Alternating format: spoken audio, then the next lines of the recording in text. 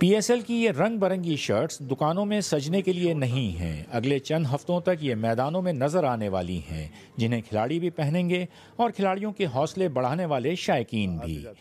دمک دمک اور اس کی جو اہمیت ہے وہ ٹائم کے ساتھ بڑھتی جا رہی ہے، اور لوگوں کی جو فالوئنگ ہے یہاں پہ، جو کمیونٹی پاکستان کی بالخصوص اور بالعموم جو اور کرکٹ پلینگ نیشنز کی کمیونٹی یہاں رہتی ہے، تو ان کی انوالومنٹ بہرحال ہے اور اس کی ایک امپورٹنس اپنی جگہ پر ہے، اور اس کی فالوئنگ بھی ایسا محسوس ہوتا ہے کہ ہر سال بڑھتی جا رہی ہے۔ پاکستان سپر لیگ کے متحدہ عرب امارات میں ہونے سے فرنچائز مالکان کے مالی مسائل میں بھی اضافہ ہوا ہے، اور وہ جلد سے جلد اس لیگ کو مکمل طور پر پاکستان میں دیکھنا چاہتے ہیں۔ ایمٹی اسٹیڈیم میں میچ کھیلنا کوئی مزہ نہیں آتا۔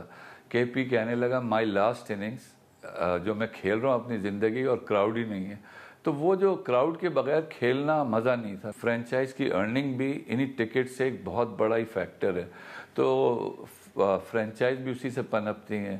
ہمارے آپ کو تو پتہ ہی ہوگا کہ جتنے ٹکٹس دبئی میں بکے، اس کے 23 دن کے سیل، ایک دن کی سیل کراچی میں تھی۔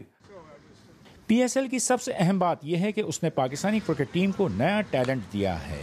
اس مرتبہ بھی شریک ٹیموں میں متعدد نوجوان کھلاڑی موجود ہیں، اور امید کی جا رہی ہے کہ یہ PSL انہیں بھی پاکستانی ٹیم تک پہنچائے گی۔ یہاں پہ ینگسٹرز نے آ کے اپنی ورتھ کو پروو کیا ہے اور ایونچولی پاکستان ٹیم میں آئے ہیں وہ، تو امید کرتا ہوں کہ اس دفعہ بھی پاکستان کو اچھے پروڈکٹس ملیں گے، اچھے کرکٹرز ملیں گے اس میں، جو پریشر کو سسٹین کرنا سمجھیں گے کہ کس طرح پریشر کو کوپ کرتے اور کس طرح اس سچویشن میں پرفارم کرتے ہیں۔ PSL کی چمکتی ٹرافی کی رونمائی ہو چکی، گویا کھلاڑیوں کا اصل امتحان شروع ہو چکا۔ 6 میں سے کون ایک کپتان یہ ٹرافی اٹھائے گا، اس کا فیصلہ 17 مارچ کو کراچی میں ہوگا۔ عبدالرشید شکور، BBC نیوز، دبئی۔